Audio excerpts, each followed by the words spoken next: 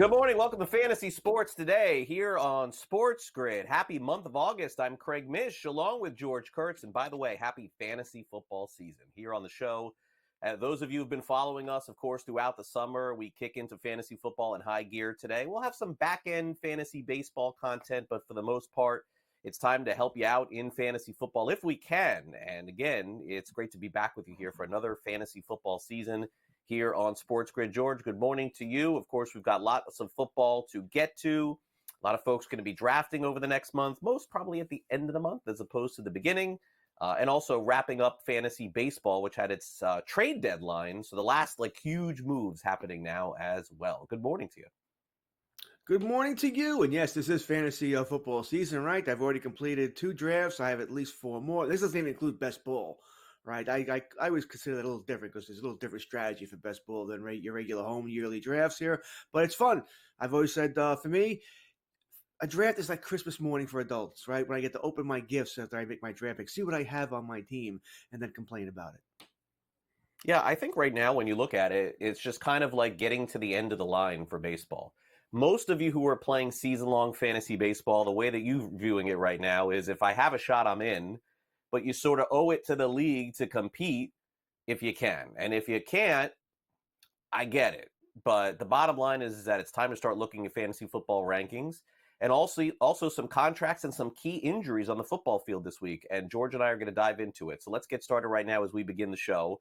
And we'll start off with a little Major League Baseball last night. We did not anticipate coming on the air this morning and saying that a pitcher threw a no-hitter. And it ends up being George Blake Snell, of all people.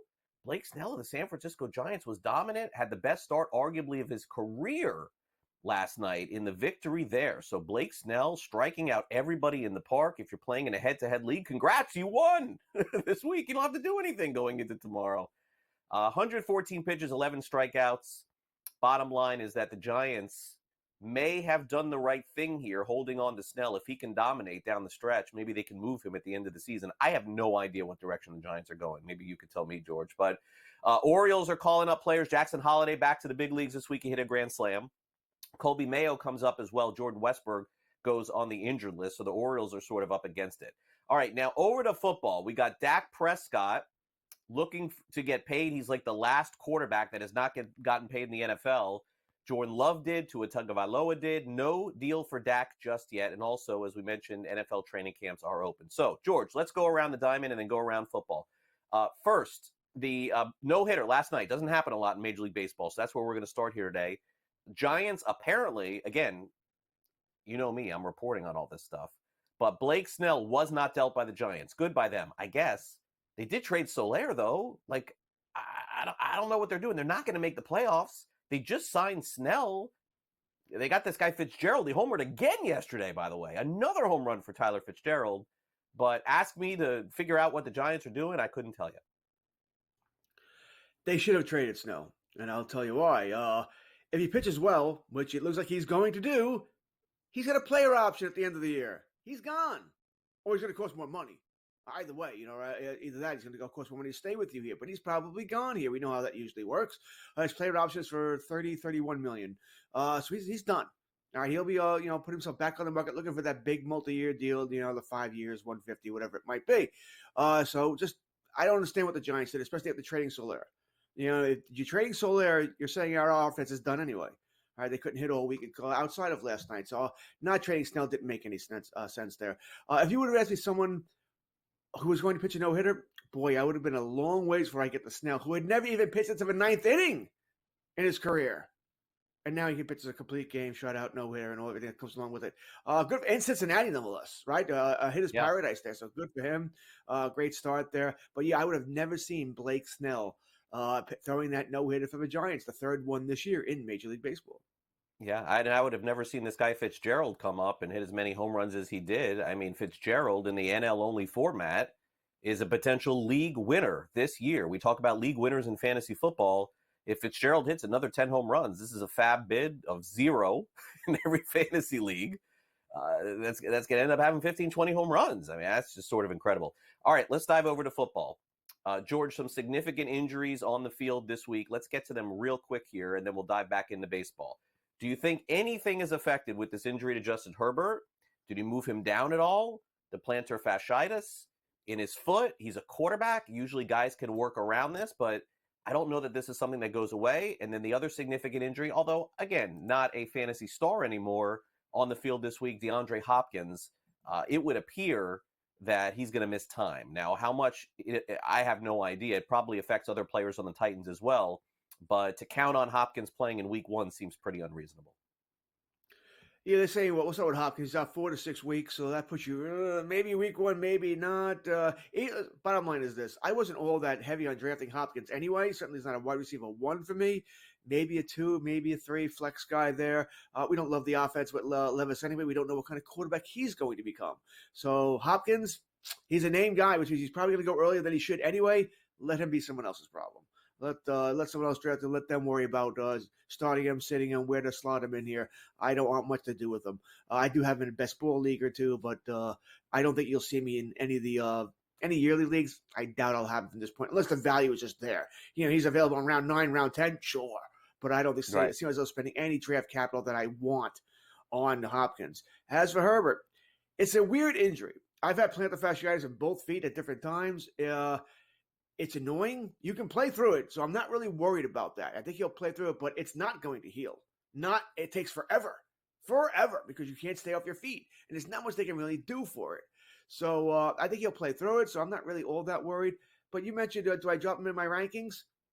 I mean, were you dying to get Herbert anyway?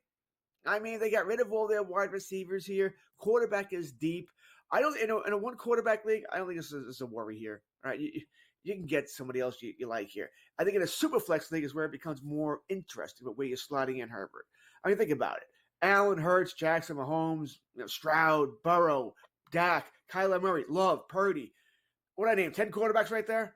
I mean, you could avoid Herbert in a one quarterback league. It's the 2 quarterback league where it gets more interesting. He probably now goes in with the maybe the Kirk Cousins of the world, Aaron Rodgers, all the rookies. What are they going to become this year? That sort of thing. So, like I said, you're in a 1 quarterback league, I'll just avoid them. 2 quarterback league, that's when I start to think a little bit more. Right. What about this Dak situation? I mean, it doesn't seem like he's getting a contract, right, George, before the season? Doesn't appear that way. There's 2 problems. Jerry's cheap. The Dallas Cowboys last 3 years have spent the least amount of cash in the NFL. Think about that. Dallas Cowboys don't spend cash. Is Jerry Jones cheap? Is he he just wants to, he likes to wait forever. He calls himself more money over and over again. Does Dak not want to be with the Cowboys? This makes you all wonder that. Dak wants to break the bank. He's pretty much said that over and over again. He feels that he owes it to the other players in the league, the union and all that. He wants to break the bank. He's going to get 65, 70 million. Someone will give him that. I do wonder this. Is Jerry Jones just tired of, I know with Dak, I'll win 11 games. We'll make the playoffs, maybe win the division, and then lose first round. It's what Dak does. All right, he can beat up bad teams. He can beat up his division, but he plays small in big games. He's proved that over and over again. The numbers tell you that over and over again. Hell, all you have to do is watch him in any of his last 3 playoff games, and you'll see that. So I wonder if Jerry's like, you know what? Why am I paying $65 million for this? What am I doing here? But the problem is this. Cowboys have nobody else on the roster. There's no quarterback on the Cowboys roster right now that is signed for next year. And Dallas will not suck this year. Dallas will not go 4-13 and be a top 5 pick next year. They're going to win no matter what they do. They're going to win at least 8 games, which puts you in the teens. You're not going to get a great quarterback that way. I'd like to know, if they don't sign Dak, what the plan is.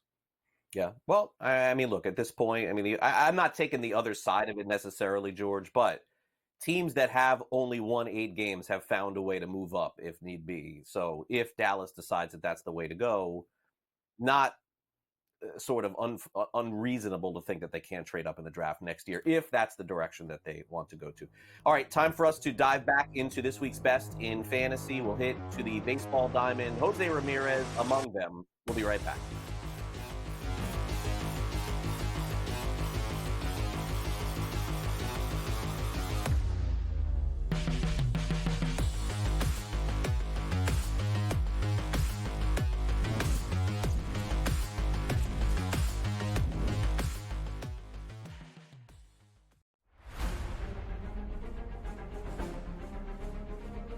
Recently, I feel like I'm not doing anything wrong. I'm not making bad swings. I don't feel like I'm making terrible decisions, and just had got a little bit of a streak of bad luck on par 5s.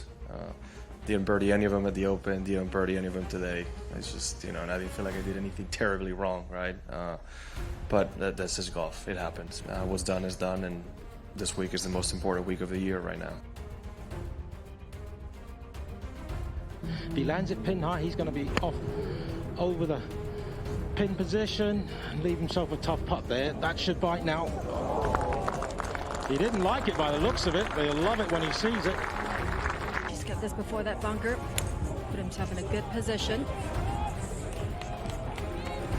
Just a tiny little baby fade, ideally placed.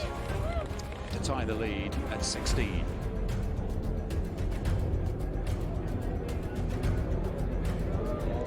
Oh, he's playing well, isn't he, John Rahm? And OMG, what a championship Sunday we just witnessed.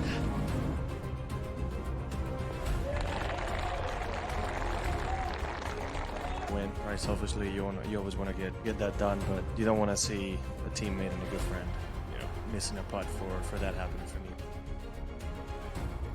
The Live Golf League delivers every single event, doesn't it? I mean, what an incredible finish there. You know what, Tyrrell Hatton, I feel for him. He's been playing beautiful golf. In fact, since Miami, he's been the best player in our league based on the strokes gained metric. I'm really happy that I had my first Live Golf win. Now that Kelly and the kids are watching, just knowing that I'm bringing the trophy home for them, it feels good to say that it's coming home.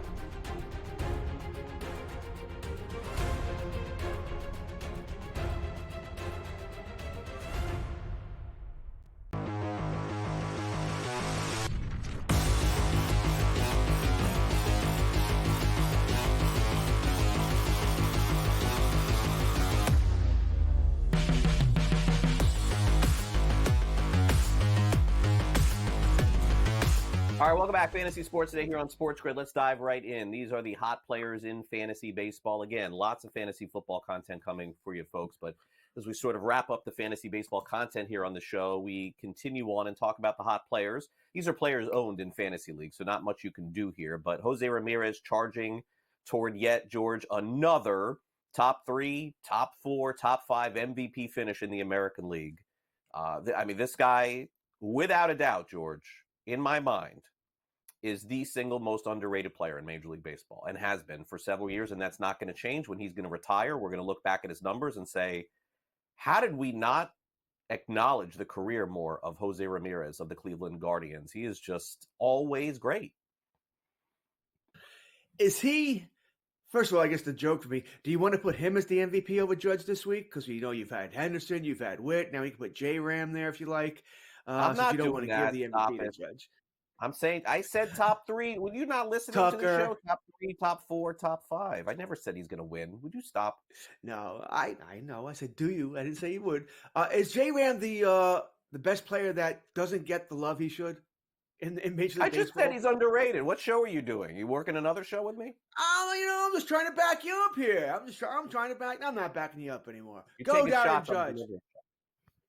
But I don't think he gets the love he deserves here. Maybe because he doesn't look, he's not built like Adonis, like Aaron Judge is, or has this, Bobby Witt has that kind of physique there. But he's a fan, or just because he plays for Cleveland, maybe, or maybe that's it as well. But he's a fantastic player. I know why.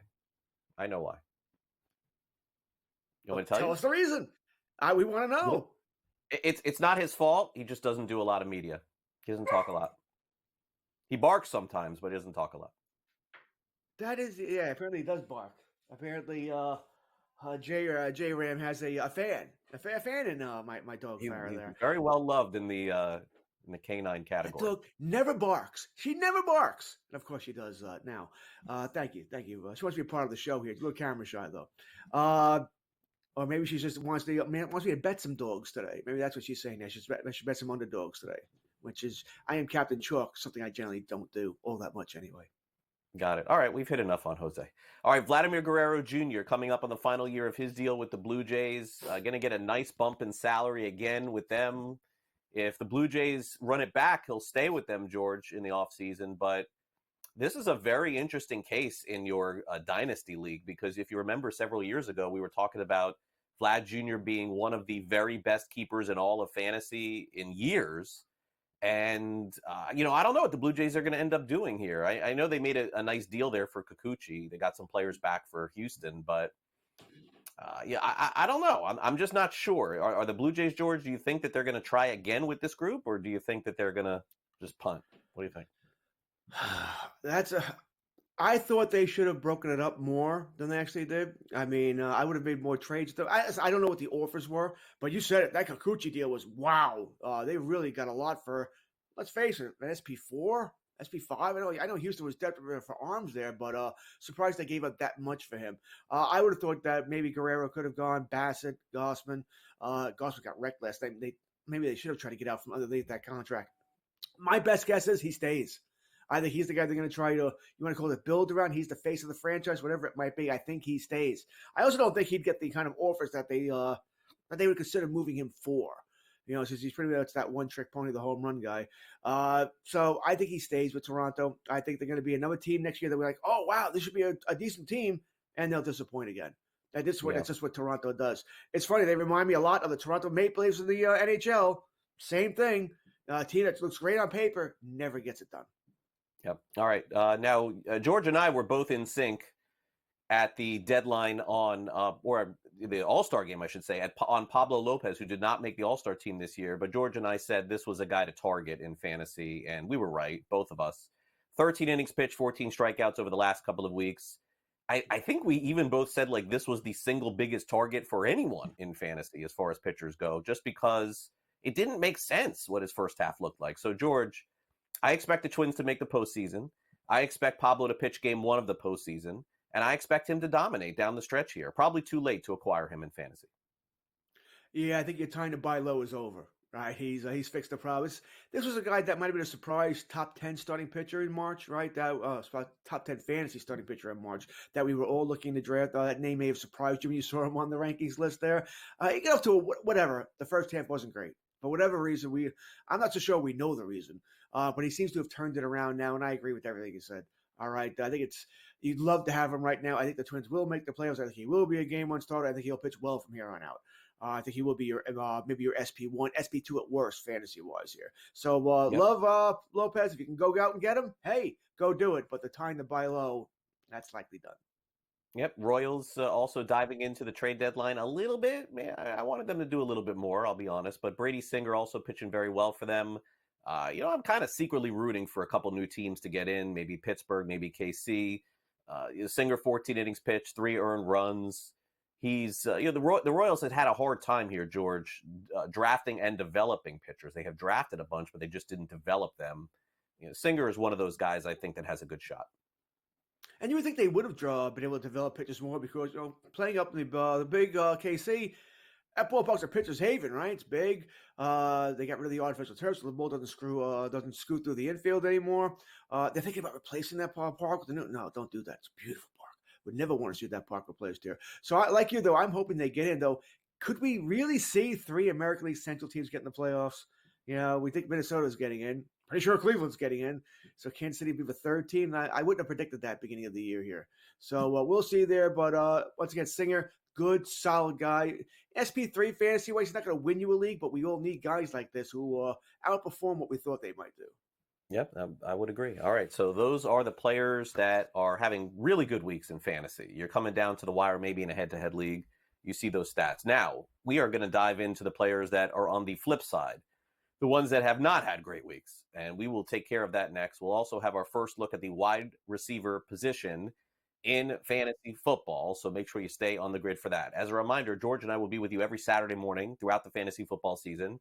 And Sunday mornings, you can catch Joe Pisapia and Matt Stryker, same time, but different day on Sunday mornings right here on Fantasy Sports Today. So stay with us here on the grid as we continue our show, and we'll be back right after this. Don't go away.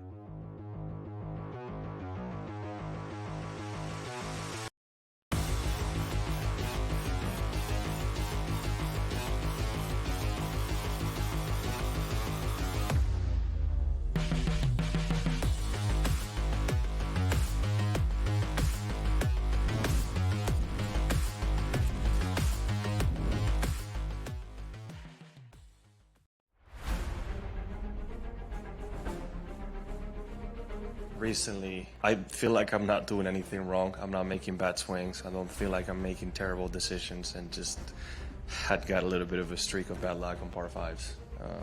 Didn't birdie any of them at the Open, didn't birdie any of them today. It's just, and I didn't feel like I did anything terribly wrong, right? But that's just golf. It happens. What's done is done, and this week is the most important week of the year right now. If he lands it pin high, he's going to be off over the pin position and leave himself a tough putt there. That should bite now. He didn't like it by the looks of it, but he'll love it when he sees it. Just get this before that bunker. Put himself in a good position. Just a tiny little baby fade, ideally placed. To tie the lead at 16.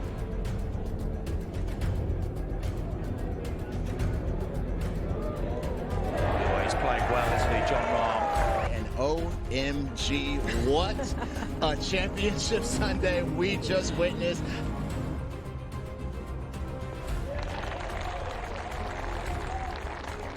Win, right? Selfishly, you always want to get that done, but you don't want to see a teammate and a good friend, missing a putt for that happening for me. The Live Golf League delivers every single event, doesn't it? I mean, what an incredible finish there. You know what, Tyrrell Hatton, I feel for him. He's been playing beautiful golf. In fact, since Miami, he's been the best player in our league based on the strokes gained metric. I'm really happy that I had my first Live Golf win. Now that Kelly and the kids are watching, just knowing that I'm bringing the trophy home for them, it feels good to say that it's coming home.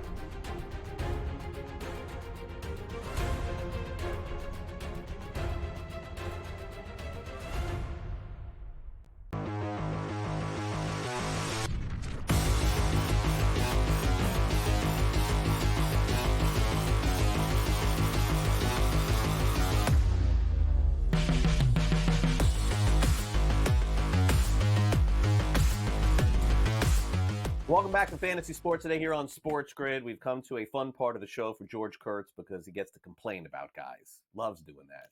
So let's get into it. Last week of fantasy baseball, for some of you, saw Francisco Alvarez of the New York Mets. I don't know really how to define the Mets deadline here, too, to be honest with you, George. I guess I was wrong. I thought that they would do a little bit more, but Alvarez, by the way, had a bad week. But we could dive a little bit more into the Mets here, I think, because we probably have people who are going to want to talk about this. David Stearns is now the president of baseball operations of the Mets, and it felt like a David Stearns deadline, George, didn't it? Like, it did not feel like an Alderson deadline or an Omar deadline or an Epler deadline. It kind of felt like they have this path that they're on, and they're really not going to deviate from it that much. Not that they didn't do anything. It just wasn't as much as I thought that they may do. I thought the Mets deadline was what I like to call a placate the fans and media deadline. And what I mean by that is they acquired some players, but nothing that really cost them anything. Nothing that's going to win them a World Series. All right, but they'll, oh yeah, we made deals. We added players to the team. We tried. But I think they know deep down, we ain't winning the World Series this year. All right, not with this pitching staff. All right, I mean, come on. Well, Quintana's your number one. Quintana, Peterson, Manaea. We're not winning. We might make the playoffs, and that's right. Good. And we'll reinforce the bullpen a little bit, but we're not going deep here. So let's not give up anything we don't want to give up. That sort of thing. But we could say we made moves. Yeah, we did this. We tried. So I think the Mets will make the playoffs, by the way. They're sort of a fun team to watch. Another big win last night. They acquired Blackburn, who pitches well. But, I like you. I probably did expect maybe at least a little bit more, something to really sink our teeth into here. As for Alvarez, by the way, he was dealing with an injury earlier in the week. That's why he missed a couple of games here. So I think he'll be a little slow here. The only thing I'm going to complain about catchers, Craig, is that for the love of God, can we not play in two catcher leagues anymore? There should be no such thing as two catcher leagues.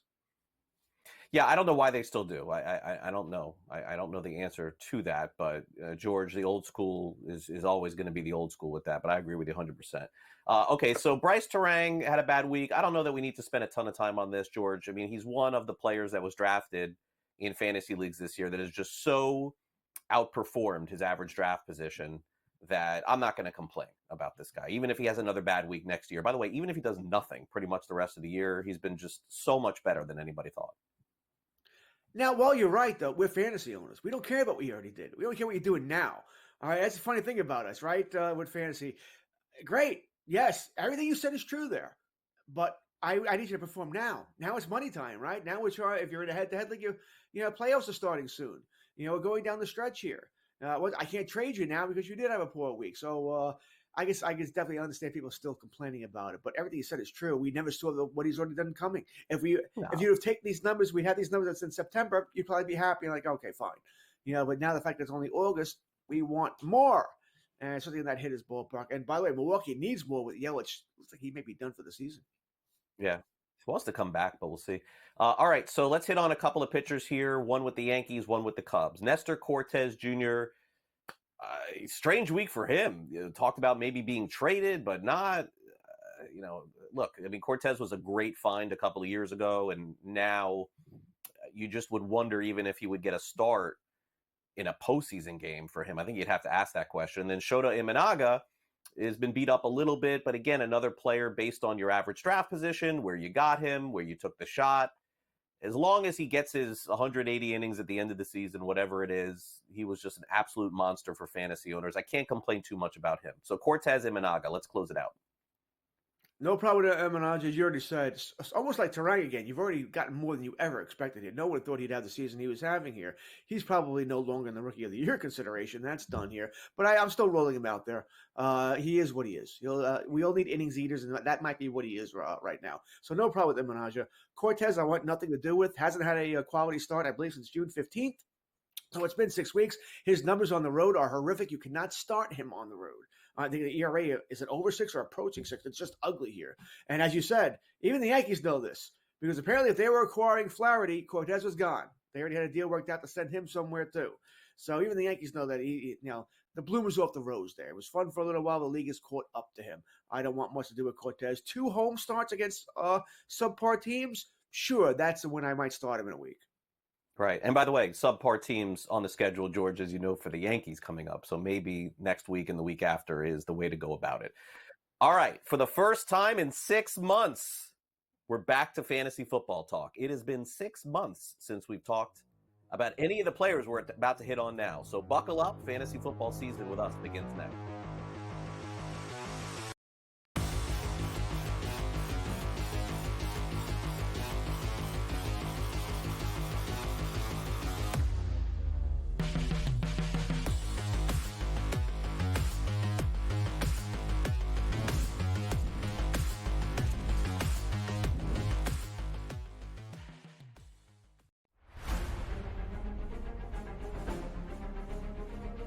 Recently, I feel like I'm not doing anything wrong. I'm not making bad swings. I don't feel like I'm making terrible decisions, and just had got a little bit of a streak of bad luck on par 5s.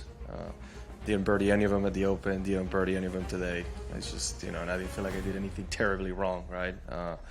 But that's just golf. It happens. What's done is done, and this week is the most important week of the year right now. If he lands it pin high, he's going to be off over the pin position and leave himself a tough putt there. That should bite now. He didn't like it by the looks of it, but he'll love it when he sees it. Just get this before that bunker. Put himself in a good position. Just a tiny little baby fade, ideally placed. To tie the lead at 16.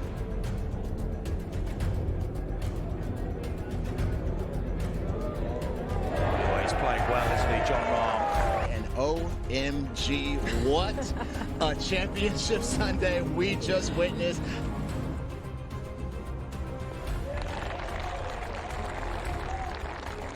Win, right? Selfishly, you always want to get that done, but you don't want to see a teammate and a good friend missing a putt for that happening for me. The Live Golf League delivers every single event, doesn't it? I mean, what an incredible finish there. You know what, Tyrrell Hatton, I feel for him. He's been playing beautiful golf. In fact, since Miami, he's been the best player in our league based on the strokes gained metric. I'm really happy that I had my first Live Golf win. Now that Kelly and the kids are watching, just knowing that I'm bringing the trophy home for them, it feels good to say that it's coming home.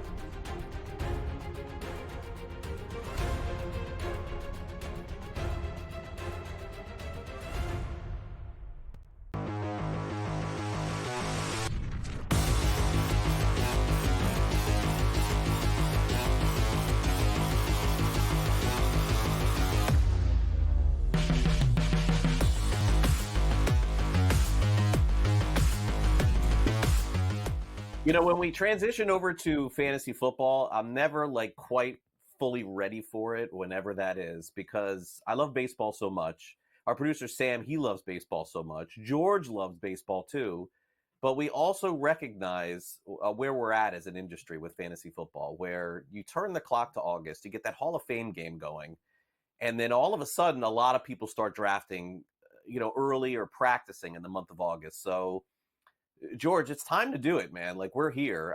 I think to our credit, we stick with baseball maybe longer than some others for any kind of national streaming show, which I'm super proud of, by the way. I always hated, like, in June, like being told, all right, that's it. We're going to do fantasy football. But it is time now to do it. And by the way, I'm super excited for the season. And that's no BS. Like, I pretty much tell you the truth here on these shows. I really am excited for football.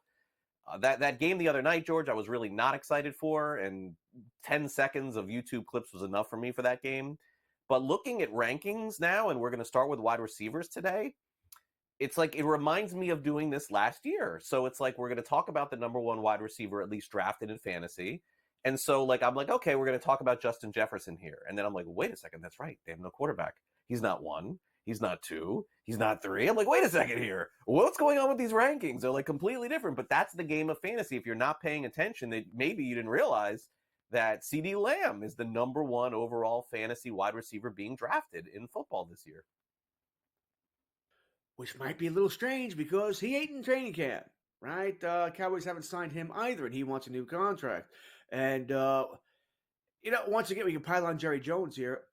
This contract should be easy. That contract is hard. But the contract with CD should be easy. Jefferson just signed. You know what the parameters are. All right? It doesn't matter if he's better than Jefferson. That's not the argument anymore. All right? He's going to get more than him. What did Jefferson sign for 35 years? So he's going to get 36, 37, whatever it might be, with a little bit more guaranteed money. It is what it is. Now, as far as drafting, if you're drafting today, which is, I know some people like to draft early, and I've already had 2 drafts, but those are different kinds of leagues. I don't either. I don't do it either. I like drafting as late as possible. Me too. I would draft Thursday morning before the Thursday night opening game. I agree. Right? That's what I want. But that being said, I say it every year, Craig. The hardest thing I'll do, and this is not a joke, it's not me trying to be funny. One of the hardest things I do all year is set up my home league fantasy draft. And we don't even do it in person anymore, right? God forbid. And everybody should just show up. But I got to rearrange my sock drawer. My wife said no. The dog is barking and everything else. They can't do a draft. It drives me insane to hear these excuses people come up with. You can't spend 2 hours on a computer. Be on a phone. I'll make the pick for you. Isn't it Labor Day weekend just easy for most people? Like, isn't that like... No, that's the one weekend I know I have no chance. People go away. Really? I understand. I can understand Labor Day weekend, okay? You go away, you got barbecues, stuff like that. Remember, I live here in the Northeast, Craig. That's the last weekend of summer here. I got it. True. All right. Yeah, here, Labor Day weekend just represents going to rain for 4 days in a row. I mean, that's pretty much... So a little different here. But as I said, it's no joke. It's the hardest thing I'll do here. It's so frustrating. So my home league, though, was actually easier this year. It's exactly 1 month from today, August 3rd here. I have a RotoWire draft that starts next week here that I'm looking forward to. And another home league draft in a couple of weeks. So it's draft season. It's fun. CeeDee Lamb. He's not practicing. I think the contract gets done. I don't know when, but it might be late August, maybe a couple of weeks before the season starts. Craig, doesn't it always seem to be that these players that miss camp for whatever reason or miss most of camp suffer the groin injury, the hamstring injury, the calf? Why would you it's always say a that? Because it happens over and over again. I am throw that on this guy already in August. I'm a Cowboy fan. I hope not, but it always seems like it happens here. Plus, the Cowboys' schedule, by the way, is brutal. All right, it is not easy. They're playing the AFC North this year. You play the first place schedule because you got Detroit. You got San Fran on that schedule. Again, I don't think they're going to have as big a year, either Dak or Lamb, as we expect here. I'm not taking Jefferson either here. And the other guy I kind of really want to get to is Jamar Chase. And guess what? He's doing the same thing. We're not there yet. He's not practicing either. So we got a new graphics package here. You got to relax, okay? Let's take a look at Dak's total receiving yards for the season, which is set at 1,300.5. If he does what he did last year, this is pretty simple and plain. He goes way over it. A little juiced up here at minus 118. Actually, that's not a ton, minus 118 for anything on FanDuel or DraftKings. But you would have to assume in a 17-game season, George, Lamb's got to play probably, what would you say, 15 of these games to get to that number? Is that fair? If he plays all 17, that's 77 yards a game. That's easy. Yeah. That's easy, right? But that better be doable for Dallas. Of course, he goes over. Yes, right. Right. If he misses games here, well, then you get a little tougher number. That's what I'm saying. 15 games. I think he's got to play 15 games. And people are probably saying, what are you talking about? He's not going to play 15. Everybody gets hurt. It's the NFL. Everybody gets hurt. Long season here. The other problem could be, Dallas doesn't have a legitimate number 2, and they have no running game. I mean, once again, Craig, if you're a defensive coordinator, aren't you going anybody but CD? Make Brandon Cooks beat me. Make Rico Dowdle and Ezekiel Elliott beat me. Dallas is not going to see too many 8-man boxes. They're going to see a lot of cover 2, a lot of double coverage on CD. All the coverage is rolled his way. Dallas does try to defeat that as CD Lamb plays out of the slot. That's where he had a lot of his big numbers there playing out of the slot. So good for Dallas to do that here. Bottom line is this, I think CD will have a great season. I just don't know when he's showing up the camp here. And it does worry me that he won't be at full strength, maybe the full month of September. Yeah, those graphics do look nice, though, by the way. I will say. I will add that. Now I understand why Sam is like, take your time. Tyreek Hill, is he the number 2 wide receiver in fantasy, George? Do you believe that? 270 projected fantasy points. When you played against Tyreek Hill last year in fantasy, you were scared to bleep because you thought you were going to lose. You don't feel that way about Lamb, by the way. Lamb scares you, but not like Tyreek Hill. I mean, Tyreek Hill is one of those, can get 3 touchdowns in one game and 250 wide receiving yards. What's incredible, George, about Hill's numbers last year, 171 targets, 119 receptions, 1,799 yards on a team with Waddle and Mostert and A-Chain. I mean, he was unstoppable on a team that offensively for about 12 weeks was the best team in the NFL. He's my number 1.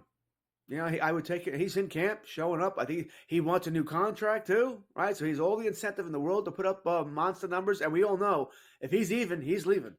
He gets that ball in his hands, he's dangerous, right? Because ain't no one catching him. He's got to step on you. He's gone. I think Hill's my number 1 here. I'm a big fan as a fantasy guy. If I had the first choice, of Hill or McCaffrey, I'm probably taking Hill. In this day and age, I think I've gone away from the running backs. They just get hurt too much. So I will take Tyreek Hill number 1 overall. Now, once we're splitting hairs here, I do think Lamb's going to have a big game. But I think Hill is just Hill's in camp. That's the bottom line. Hill's there. Lamb's not. I just don't know when Lamb's going to. If Lamb signs this week, next week we can have a different conversation. But right now, Lamb's not there. He's not. And I don't know when Jerry Jones is going to do the action here. Hill is there. He's not holding it. He may want a new contract, which he'll get. But he's there. He's showing up, and they look for him. He's that guy. And no matter what you do with Waddle on the other side, he's a threat. They have a good running game, so it's a threat. That has to be covered for. So Hill is my number 1 wide receiver. Okay, his total, by the way, 1375 over on FanDuel, -112 either way. George has pretty much planted the flag here that he likes Hill, so he's going to like him to go over. So let's get to Jamar Chase. Let's move on to him next. Chase, certainly is another one of those receivers that eventually is going to get paid.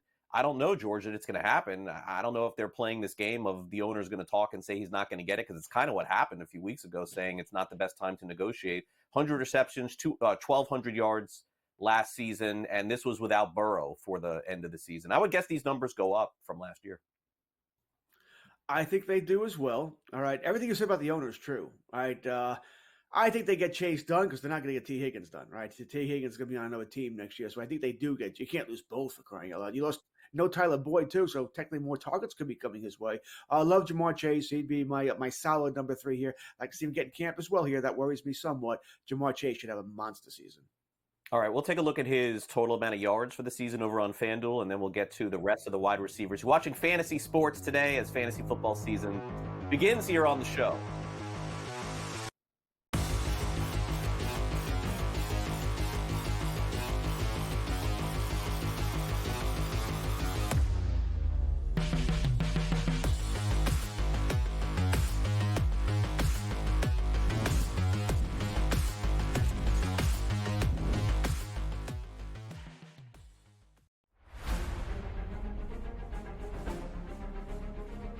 Recently, I feel like I'm not doing anything wrong. I'm not making bad swings. I don't feel like I'm making terrible decisions, and just had got a little bit of a streak of bad luck on par fives. Didn't birdie any of them at the Open, didn't birdie any of them today. It's just, and I didn't feel like I did anything terribly wrong, right?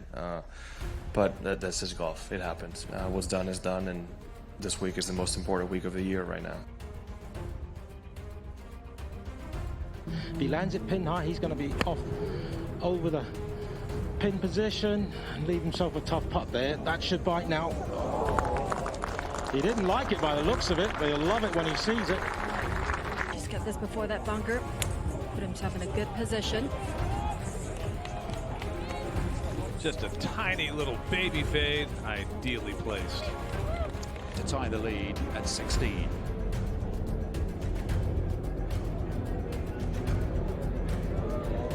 Oh, he's playing well, isn't he, John Rahm? And OMG, what a championship Sunday we just witnessed.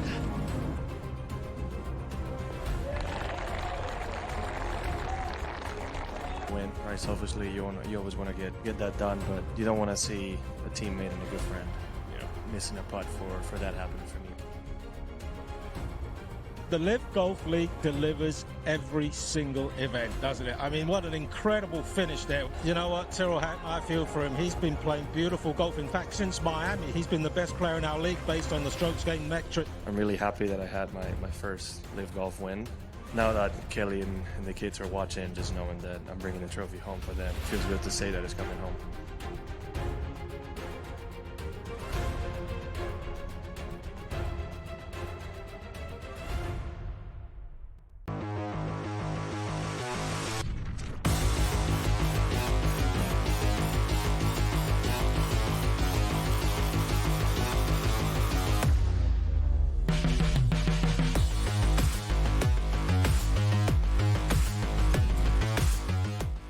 We continue the fantasy football conversation. If you're just joining us, this is Fantasy Sports Today on SportsGrid. George Kurtz, Craig Mish, every Saturday morning throughout the fantasy football season. We were talking wide receivers. We're going to circle back real quick to Jamar Chase, and then we'll move ahead to the rest of the receivers. 244 in terms of projected points. I think George and I are in sync as far as him having a better year than last year, but FanDuel has really, I think this is one of those, George, that they've appropriately priced him as far as his numbers. I want to show you these stats for Jamar Chase.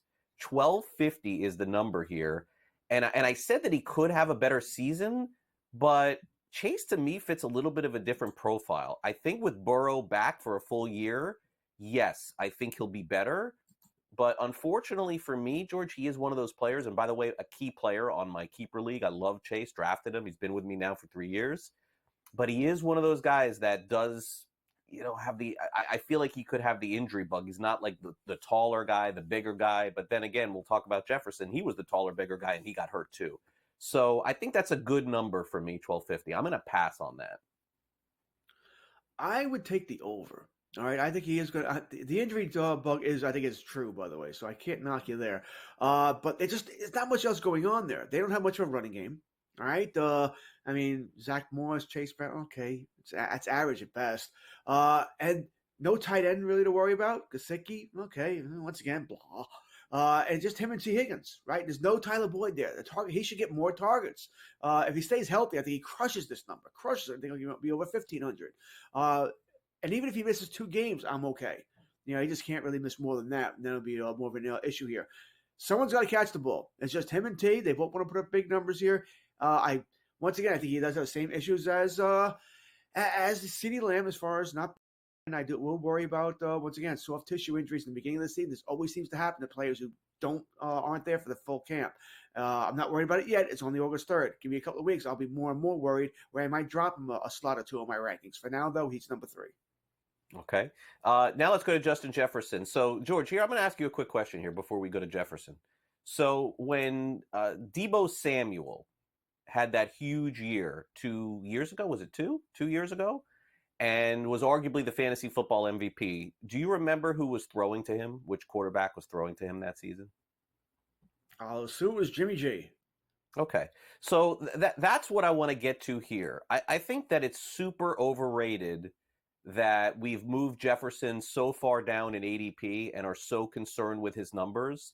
when in the National Football League, if you have this kind of talent, and I think you and I would probably agree that Jefferson is as or more talented than any receiver in the NFL, it hasn't been a significant adjustment down to wide receiver 3. I get that, but I'm not necessarily worried about the quarterback situation in Minnesota, because when you have this kind of talent, I do think you get the numbers. Now, look, is it going to be a 2,000-yard season for him with whoever starts at quarterback, George? You tell me, who do you think the starting quarterback's going to be for Minnesota? I'm not sure that it's going to be McCarthy. Honestly, I don't know. They haven't really given any indication yet. I guess we'll get one this week when they put out the depth chart. I believe that comes out, George, am I right about that, Monday or Tuesday when they start the preseason? Last year, he was hurt a lot, 100 targets, 68 receptions, over 1,000 yards, 5 touchdowns. It was a down year, but it was a down year because he was out. If he's healthy, I think this is a buy for me on Jefferson. Listen, I think we all want JJ.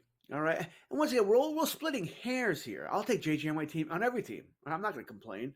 You asked me who I think starts for Minnesota. I think it's going to be Sam Darnold for a couple of games. That would be my guess. They have a nice early bye week in week 6. So if I'm looking for JJ, it's probably week 7 at home versus Detroit. That's just a guess. They get a nice week 1 at the Giants. We know the Giants, secondary defense, not the greatest here.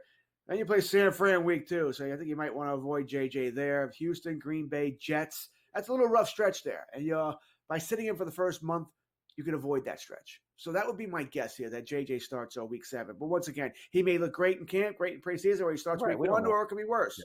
Or maybe it's in the middle there. Or maybe they're 1-3, like we're done. We can't keep going with Sam. Agreed. But Sam Darnold's a decent backup here. So I'm not really all that worried about Jefferson. Would I take him over the other guys? Probably not. Is he a first-round pick? Yeah, he's still a first-round pick. Yes, of course. So I'm not all that. He'll be great. Yeah, and on top of it, let's be real with Darnold, too. I mean, wherever he's gone recently, it seems like he's come out hot for the team that he started for, and then maybe it's video or film, and they sort of figure him out a little bit, and then he goes the other way. But he could start off hot if Minnesota decides to start him. And we just have not gotten any indication. I mean, you could read every beat reporter who's covered the Vikings. Nobody knows as of yet who's going to start a quarterback. Jefferson's total 1,300.5 over on FanDuel. I'll go over this at -112. I just think that a healthy Jefferson, now again, he may not be, and we don't know, but I think he flies over this number playing, let's say, 16 out of the 17 games. I'll probably stay away from. I won't go under, but I'll probably stay away from this. They're a little bit more balanced team.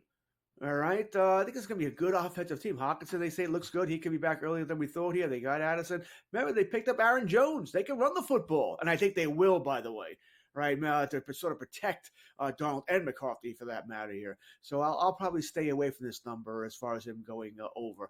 I'm not betting the under. I'm just staying away. All right. Now, peak season last year for Amon-Ra St. Brown. The only question fantasy owners have to ask themselves going into this year, George, is did we see the very best of his career last year? You'll tell me. It was an incredible season. 1,500 yards, 10 touchdowns, 164 targets from Jared Goff. Like, you never would see that coming from this player. Was it the peak season last year for St. Brown, George? Are you comfortable with placing him in this spot? I'm pretty comfortable. Yeah, I think it's it's a really good team. I want to say Brown may not have quite the skills of the other players we've talked about here, but a damn good wide receiver. Goff is a better quarterback than we give him credit for. They have a good running game. Defense is getting better, so they should have more chances on offense. Yeah, I'm on board with St. Brown. I am. I don't have much of an issue. I don't have much of a way to push back. You want to take A.J. Brown over him? Fine. I'm not going to argue with that. But I wouldn't take any of the other wide receivers. I wouldn't take St. Brown over any of the other guys we talked about. So I think he is in the right spot here. I'm not taking him over Jefferson or anything like that. All right, we'll take a look at his prop on FanDuel next, and then we'll wrap up hour one with a little A.J. Brown discussion, as George just mentioned as well. You're watching Fantasy Sports today here on SportsGrid. We'll be right back after these messages.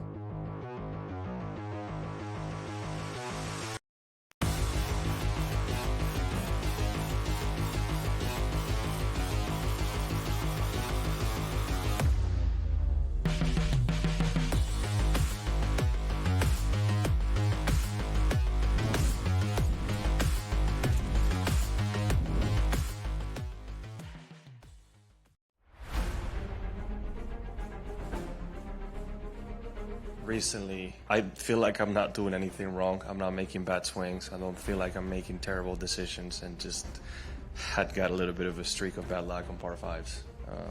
Didn't birdie any of them at the Open, didn't birdie any of them today. It's just, and I didn't feel like I did anything terribly wrong, right? But that's just golf. It happens. What's done is done, and this week is the most important week of the year right now. If he lands it pin high, he's going to be off over the pin position and leave himself a tough putt there. That should bite now. He didn't like it by the looks of it, but he'll love it when he sees it. Just get this before that bunker. Put himself in a good position. Just a tiny little baby fade, ideally placed. To tie the lead at 16.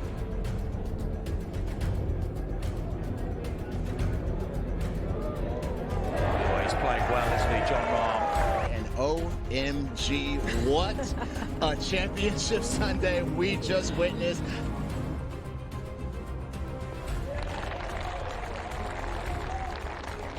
Win, right? Selfishly, you always want to get that done, but you don't want to see a teammate and a good friend, missing a putt for that happening for me. The Live Golf League delivers every single event, doesn't it? I mean, what an incredible finish there. You know what, Tyrrell Hatton, I feel for him. He's been playing beautiful golf. In fact, since Miami, he's been the best player in our league based on the strokes gained metric. I'm really happy that I had my first Live Golf win. Now that Kelly and the kids are watching, just knowing that I'm bringing the trophy home for them, it feels good to say that it's coming home.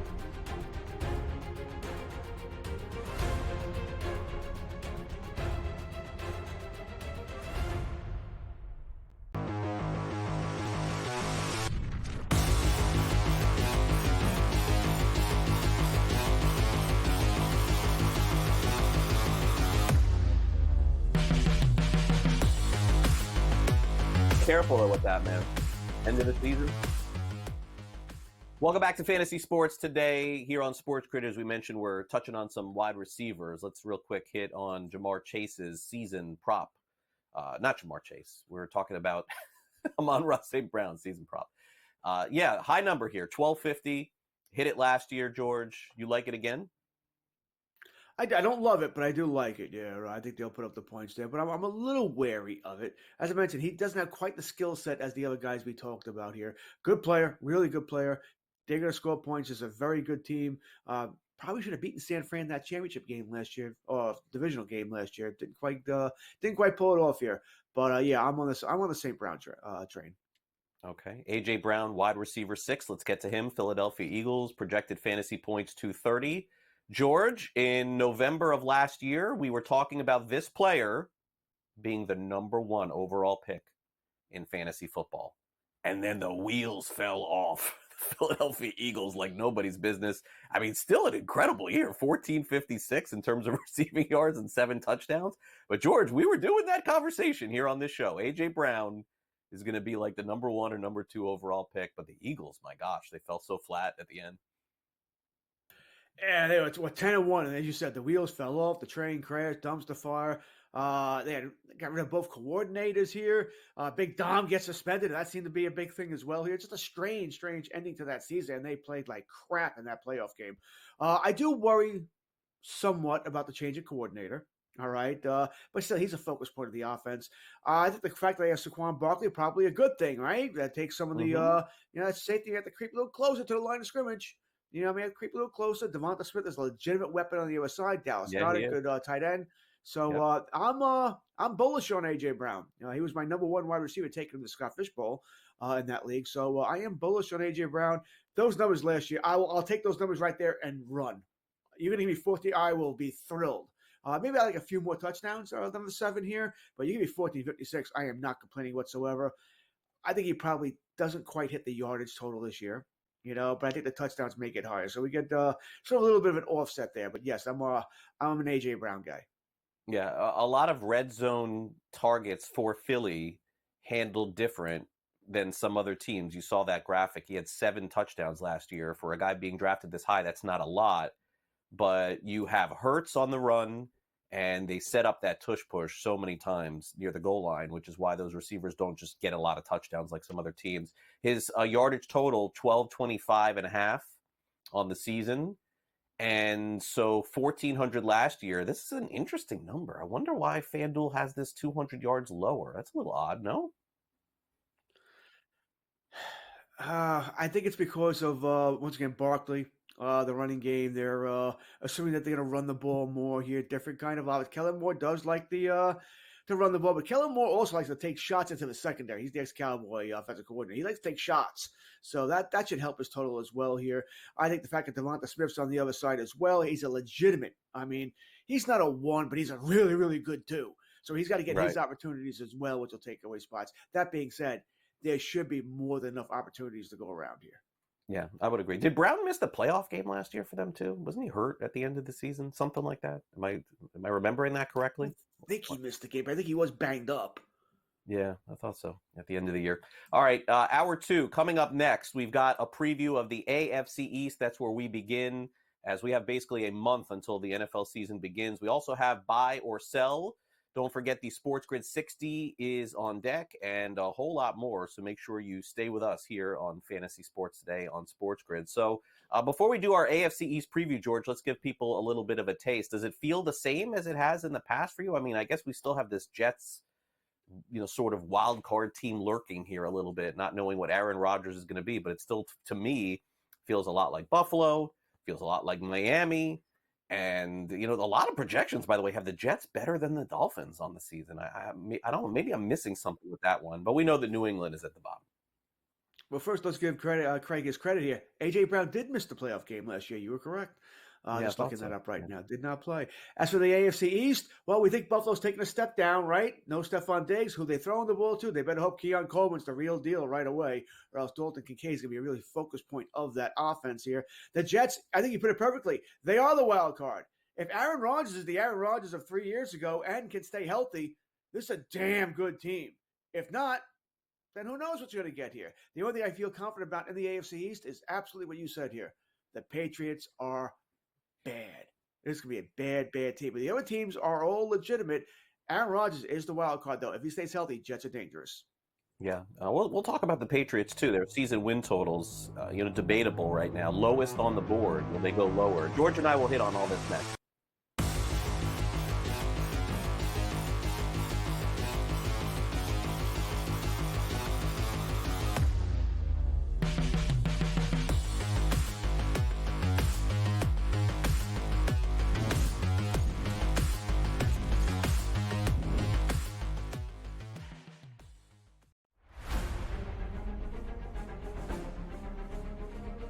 Recently, I feel like I'm not doing anything wrong. I'm not making bad swings. I don't feel like I'm making terrible decisions, and just had got a little bit of a streak of bad luck on par 5s. Didn't birdie any of them at the Open, didn't birdie any of them today. It's just, and I didn't feel like I did anything terribly wrong, right? But that's just golf. It happens. What's done is done, and this week is the most important week of the year right now. If he lands it pin high, he's going to be off over the pin position and leave himself a tough putt there. That should bite now. He didn't like it by the looks of it, but he'll love it when he sees it. Just get this before that bunker. Put himself in a good position. Just a tiny little baby fade, ideally placed. To tie the lead at 16.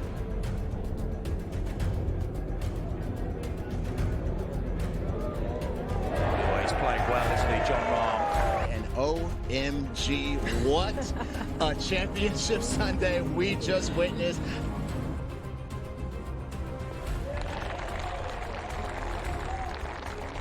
Win, right? Selfishly, you always want to get that done, but you don't want to see a teammate and a good friend, missing a putt for that happening for me.